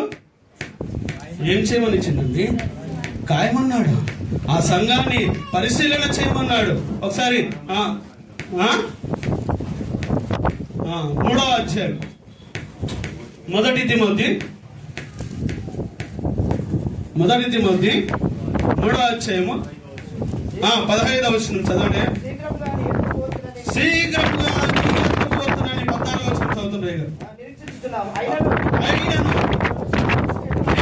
ఆలస్యము చేసిన ఎడల దేవుని మందిరములో అనగా జీవము గల దేవుని సంఘములో జనులు ఎలాగూ ప్రవర్తించవలెనో అది నీకు తెలియవలెనని ఈ సంగతులను నీకు రాయిస్తూ ఉన్నాను. చాలు. జీవము గల దేవుని సంఘములో జనులు ఎలాగూ ప్రవర్తించవలనో అది తెలియవలెనని ఈ సంగతులు నీకు రాయిస్తున్నాను. ఆ సంఘము సత్యమునకు స్తంభమును ఆధారమై ఉన్నది. దేవునికి మహిమ కలుగును గాక. దేవునికి మహిమ కలుగును గాక. సంఘం ఏమై ఉన్నదంట? సత్యమునకు స్తంభము, సత్యమునకు ఒక ఆధారం. అది సత్యములో నడిపించబడితే ఆ సంఘాన్ని ఈ సేవకుడు సత్యమైనటువంటి వాక్యములో ఏమాత్రము కల్పితము లేనటువంటి, ఏమాత్రము మరి వేదము లేనటువంటి వాక్యములో ఆ సంఘాన్ని కనుక నడిపించబడితే ఆ సంఘము ఆధారముగా చేసుకొని ఈ సంఘము చుట్టూ ఉన్నటువంటి జనులు అన్నులు కూడా ఇదిగో ఆ సంఘములో ఉన్నటువంటి జనులు ఇలాగ ప్రవర్తిస్తూ ఉన్నారు. నిజముగా దేవుని బిడ్డలు ఆ సేవకుడు నిజమైనటువంటి వాక్యమును బోధిస్తూ ఉన్నాడు కనుక వారు అలా నడుచుకుంటున్నారు. వాళ్ళు అలా నడుచుకున్నప్పుడు మన జీవితాలు ఎందుకు ఇలా ఉన్నాయి? మనం కూడా మారదాము. మనం కూడా ఆ జీవం కలిగినటువంటి దేవుణ్ణి సేవిద్దాము.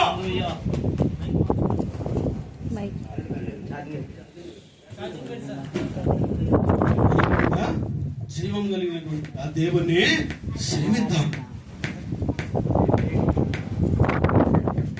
ఏమండి? దానియేలు గ్రంథం అందరికీ బాగా తెలుసు. చెప్పని చేయించి వాక్యాలు చదవాలంటే టైం ఇబ్బంది కనుక దయచేసి గమనించండి. కావాలంటే గమనించండి. దానియేలు గ్రంథము 3వ అధ్యాయం. దానియేలు గ్రంథము 3వ అధ్యాయం. ఇది ఈ ప్రతిమ గురించి ఉంటుంది, మనందరికీ బాగా తెలిసిన విషయాలే. ఇది ప్రతిమ గురించి ఉంటుంది. అయితే ఈ శద్రక్ మేషక్ అబేద్నెగో అనేటువంటి ఈ ముగ్గురిని కూడా ప్రియ దేవునికి సేవకులారా గమనించండి. వీళ్ళు ఎవరండి? ఈ ముగ్గురు కూడా జీవము కలిగినటువంటి దేవుని సేవకులు. వీళ్ళు ఎక్కడున్నారు? మళ్ళీ మన లెక్క వాళ్ళకి స్వాతంత్రం ఇవ్వాలా? సంఘములో మనకు సంఘములో ఏమి ఇచ్చాడు? స్వాతంత్రం ఇచ్చాడు. సంఘాన్ని బుద్ధి చెప్పే అవకాశం ఇచ్చాడు, సంఘాన్ని ఖండించే అవకాశం ఇచ్చాడు. కానీ వీళ్ళకి ఇచ్చిండా? ఇవ్వాలా? కానీ వీళ్ళు అక్కడికి వెళ్ళి ఏం చేస్తున్నారు?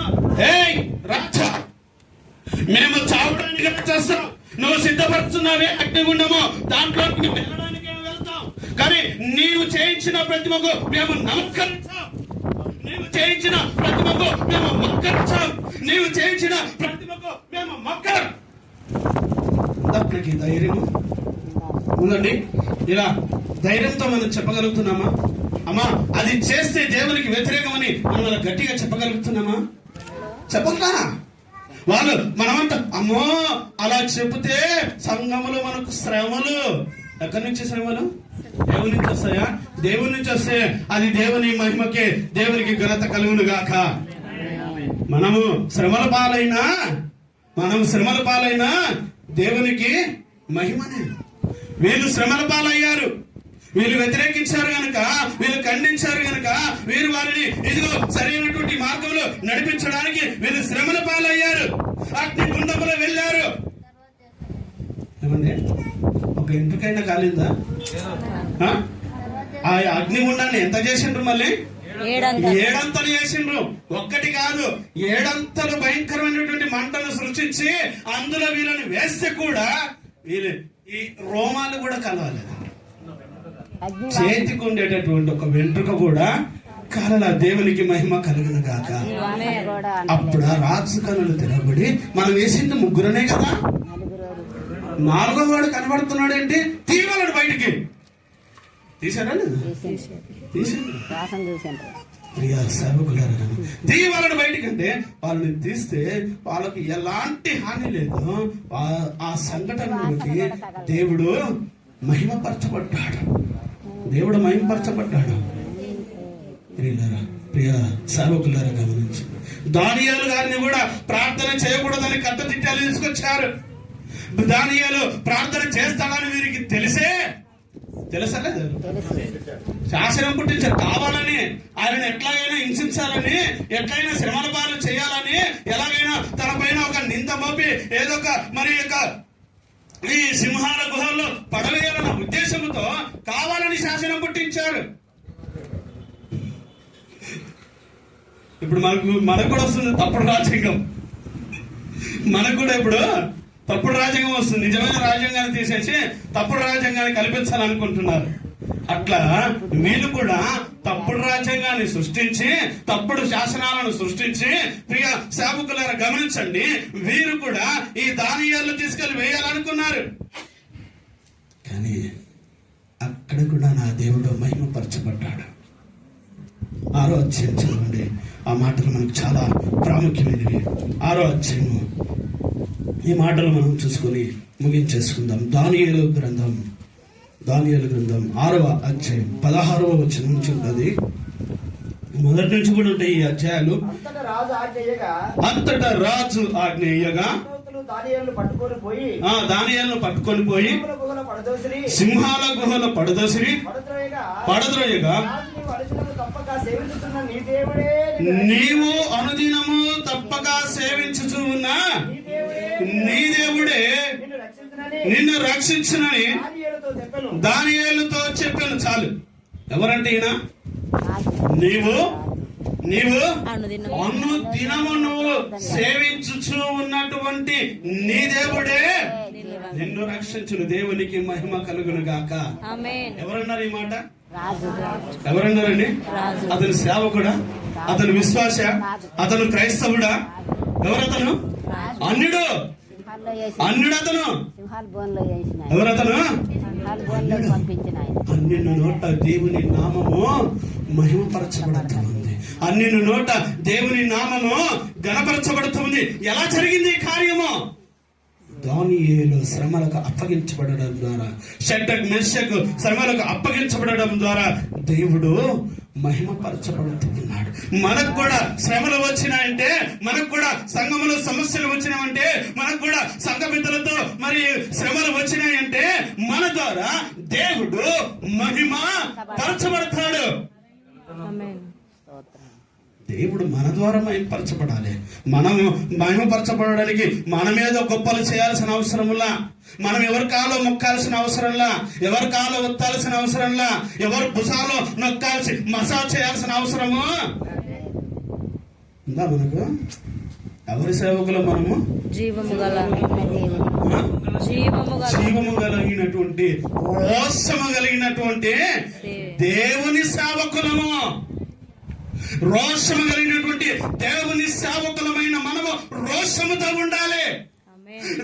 జీవము కలిగినటువంటి దేవుని సేవకులమైన మనము రోషముతో, పౌరుషముతో, నా దేవుని కొరకు నేను నిలబడతా, నువ్వు వచ్చినా నువ్వు రాకున్నా, నువ్వు ఈ పనిలో పూనుకోకపోయినా నేను మాత్రము ఈ యొక్క విగ్రహ సంబంధమైనటువంటి కార్యక్రమంలో నేను పాల్గొనను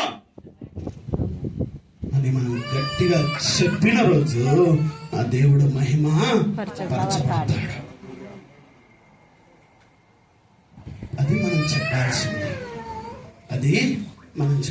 ఏమండి, ఇదే 6వ అధ్యాయంలో ఈ రాజుగారు లాస్ట్కి వచ్చేటప్పటికి ఒక అద్భుతమైనటువంటి శాసనాన్ని బయలుపరుస్తున్నాడు. ఒక అద్భుతమైనటువంటి మాట ఇక్కడ తెలియపరుస్తున్నాడు. దానియేలు ఎక్కడికి వెళ్ళాడు? సింహాల గుహలోకి వెళ్ళాడు. సింహాల గుహల్లో ప్రార్థన చేశాడు. సింహాల గుహల్లో దానియేలు ప్రార్థన విన్నటువంటి దేవుడు రాజు యొక్క మనసును మార్చాడు. దేవునికి మహిమ కలుగును గాక. రాజుల మనసును మార్చగలిగినటువంటి దేవుడు ఈ యొక్క సంఘములో ఉన్నటువంటి విశ్వాసుల మనసు మార్చలేడా? ఈ సంఘ పెద్దల యొక్క మనసును మార్చలేడా? ఈ యొక్క సంఘ కమిటీ వారి యొక్క మనసును మార్చలేడా? సంఘ కమిటీ భుజాలు నొక్కాలా సేవకులము? సేవకులారా, దయచేసి గమనించండి. ఇప్పుడు ఈయన ఒక అద్భుతమైనటువంటి శాసనాన్ని విడుదల చేస్తున్నాడు. ఇది శాసనం అని మనం అనుకోవచ్చు. అగ్రహం చెప్పాలంటే ఇదే 6వ అధ్యాయము 25వ వచనం నుంచి చదవండి. అప్పుడు రాజు దర్యావేషు లోకమంతటా నివసించు సకల జనులకు, రాష్ట్రాలకును, ఆయా భాషలు మాట్లాడు వారికి ఎలాగూ రాయించను, మీకు క్షేమాభివృద్ధి కలుగును గాక. నా సముఖమున నియమించినది ఏమనగా, నా రాజ్యములోని సకల ప్రభుత్వముల యందుండు నివాసులు దానియేలు యొక్క దేవునికి భయపడుచు ఆయన సముఖమున వణుకుచూ ఉండవలెను. దేవునికి మహిమ కలుగును గాక. దేవునికి మహిమ కలుగును గాక. ప్రియ సేవకులారా, ఎంత అద్భుతమో చూడండి. ఎలా జరిగింది కార్యము? ఎలా జరిగిందండి? ఆయా భాషలు మాట్లాడేవారు, ఆయా రాష్ట్రాల్లో ఉండేవారు, ఆ దేశం అంతటిలో ఉండే సకల జనులారా, మీరందరూ తెలుసుకోండి, ఇదే నా శాసనము. ఇక నుంచి మనము ఇదిగో దానియేలు యొక్క దేవుణ్ణి మన దేవునిగా మనము స్వీకరిద్దాం. దానియేలు యొక్క దేవుణ్ణి మన దేవునిగా మనము అనుసరించుదాం. ఉందా మాట? ఉంది. ఆయన నిలబడ్డాడు కనుకనే, ఆయన సింహాల గుహల్లోనికి వెళ్ళడానికి ఇష్టపడ్డాడు కనుకనే, సింహాల ముందు నిలబడడానికి ఇష్టపడ్డాడు కనుకనే, సింహాల ముందు మోకాలు వేశాడు కనుకనే, సింహాల ముందు కన్నీరు కార్చాడు కనుకనే సింహాల నోళ్ళు మూయబడ్డాయి. ఈ యొక్క రాజు నోరు తెరవబడి, ప్రియ సేవకులారా గమనించండి, ఈ యొక్క రాజు నోరు తెరవబడి ఆ జీవం కలిగినటువంటి దేవుని నామమును ఆ దేశమంతటా, ఆ రాష్ట్రాలంతటా ప్రకటించబడుతూ ఉంది.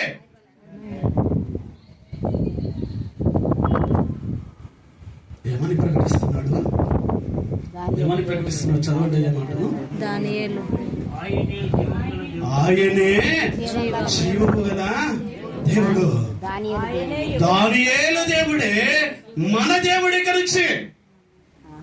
అబ్రహాం, ఇస్సాకు, యాకోబుల దేవుడు, దానియేలు దేవుడు, పౌలు దేవుడు, మన దేవుడి గురించి. ఆయనను మనమందరము కూడా ఆరాధిద్దాం, ఆయనను సేవిద్దాం. ఉందా లేదా మాట? నేను మనం లేదని చెప్తున్నానండి. అయ్యగారు లేదేమని చెప్పానా? ఉన్నది. ఈ వాక్యాలు కనుక మనం కరెక్ట్గా సంఘములో బోధించగలిగితే దేవుడు నా పెళ్లికి తీసుకొచ్చారని చెప్పాను కదా. ఇట్లాంటి సంఘటన తీసుకొస్తే నేను ఒకటే మాట చెప్పిన, వాక్యములో ఉన్నది చేయమంటే చేస్తా, వాక్యములో లేనిది చేయమంటే చెయ్యను నేను. సార్ ఇట్లయితే నువ్వు సమస్య ఎదుర్కొంటావు సార్ అన్నారు. సమస్య ఎదుర్కొంటా, ఎప్పుడు పోవాలి చెప్పు? ఒకటే మాట, ఎప్పుడు పోవాలి చెప్పు? రేపు పొమ్మంటావా? రేపే మూట కడతా. నేను డబ్బుల కొరకు రాలా, పొట్ట కూటి కొరకు రాలా. డబ్బుల కొరకు నేను సేవకు వచ్చినట్టుగైతే ఇంత ఇడ ఇచ్చే 10-12 వేలే. కానీ నేను జీవం కలిగిన ఆ దేవుడు ఒకవేళ నేను డబ్బుల కొరకు నేను వాడబడాలనుకుంటే, ప్రియులారా గమనించండి, డబ్బుల కొరకు నేను మరి జీవించాలనుకుంటే ఆ జీవం కలిగిన దేవుడు నాకు శక్తిని ఇచ్చాడు, సామర్థ్యాన్ని ఇచ్చాడు, బలాన్ని ఇచ్చాడు. నేను ఏ పని చేసుకున్నా కూడా కనీసం రోజుకు 1500 నుంచి 2000 ఈజీగా చేసుకోగలుగుతా. 12,000 10,000 మాకేం అవసరం? అవసరం అండి మనకు. ఎందుకొరకు మనం వచ్చాము? జీవము కలిగినటువంటి దేవుని స్వార్థను ప్రకటించడానికి, జీవము కలిగినటువంటి దేవుని నామాన్ని మహిమపరచడానికి, జీవము కలిగినటువంటి దేవుని నామాన్ని గనపరచడానికి. ఈయనే నిజమైన దేవుడు, ఈయన తప్ప వేరొక దేవుడు లేడు, ఈయన తప్ప ఇక ఏ దేవుడు ఏ దేవత లేదు అని ఆయన గురించి గొంతు చించుకొని అరవడానికి ఆయన మనల్ని ఏర్పాటు చేసుకున్నాడు. ఇది మనం ప్రకటించినప్పుడు సంఘము మార్చబడతాయి, సంఘం మార్చబడతాయి. గమనించండి, మా ఎంబీలో ఉన్న సమస్య ఏంటంటే, మా ఎంబీ సంఘం ఉన్న సమస్య ఏంటంటే, ఎంబీలోనే కాదు కొన్ని సంఘాలు కూడా ఉన్నాయి. 2-3 సంవత్సరాలు కాగానే సేవకుల్ని తీసేస్తారు. భయపడతారు సేవకులందుకే భయపడతారు. కొంతమంది సేవకులను ఒకవేళ పంపించాలని ఆ సమయం వచ్చిందనుకో, ఇంకో 2 సంవత్సరాలు నేను ఇల్లు కట్టుకుంటున్నా, నా బిడ్డలకు పెళ్లి చేయాలా, నా బిడ్డ ఏదో మా పాస్టర్ ఇప్పుడే డెలివరీ అయింది, ఆ పిల్లలు పెద్ద కావాలా, బయటికి వెళ్తా నాకు ఇబ్బంది కనుక నాకు ఇంకా ఇంకొంచెము సమయం అని అడుక్కుంటారు. వాళ్ళని కాదు అడగాల్సింది, వాళ్ళని కాదు అడుక్కోవాల్సింది, వాళ్ళని కాదు భిక్షాటన చేయాల్సింది, వాళ్ళని కాదు భిక్షాటన చేయాల్సింది. ఎవరిని అడగాలి మనము? అడుగుము జనములను నీకు స్వాస్థ్యముగా ఇస్తానన్నాడు. నీవు కుటుంబం పోషించడం కాదు, నీ యొక్క కుటుంబం దీవించబడడం కాదు, అడుగుము జనములను నేను నీకు స్వాస్థ్యముగా ఇస్తాను అన్నాడా లేదండి మాట? ప్రియ సేవకులారా గమనించు, దేవుని వాక్యం చేత మనతో మాట్లాడుతూ ఉన్నాడు కనుక ఈ విషయాలని మనం గమనించి సంఘములో మనం ఏం చేసే వారంగా ఉండాలి?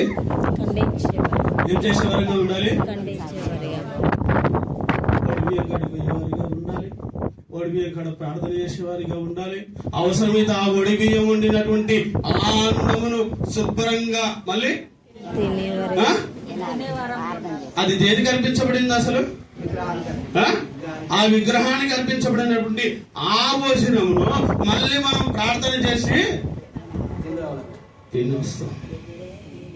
వాక్యానుసారం కాదు. నాకు ఇట్లా చాలా సమస్యలు వస్తున్నాయి, కానీ నేనేం భయపడట్లా. పొమ్మంటావా? రేపే మూట కడతా, నాకేం అవసరంలా. వాక్యానికి వ్యతిరేకమైన కార్యం నేను ఏది చేయా. కష్టం ఉంటే పెట్టుకో, కష్టమైతే పంపించేసాయి. ఒకటే మాట ప్రియ సేవకులారా, కనుక మనందరం కూడా జీవము కలిగిన రోషము కలిగిన దేవుని సేవ చేస్తున్నాం కనుక మనం కూడా రోషముతో దేవుని సేవలో కొనసాగబడే వారిగా ఉండాలని దేవుడు మరి మీ కుటుంబాలను పరిచర్యను దీవించి ఆశీర్వదించాలని నేను కోరుకుంటూ ఈ కొద్ది మాటలు ముగిస్తున్నాను. సమయం ఇచ్చినటువంటి అయ్యగారికి ప్రభుపేట వందనాలు చెల్లిస్తూ దేవాదేవునికి నా యొక్క కృతజ్ఞతలు తెలియపరుస్తూ ముగిస్తున్నాను. హల్లెలూయా.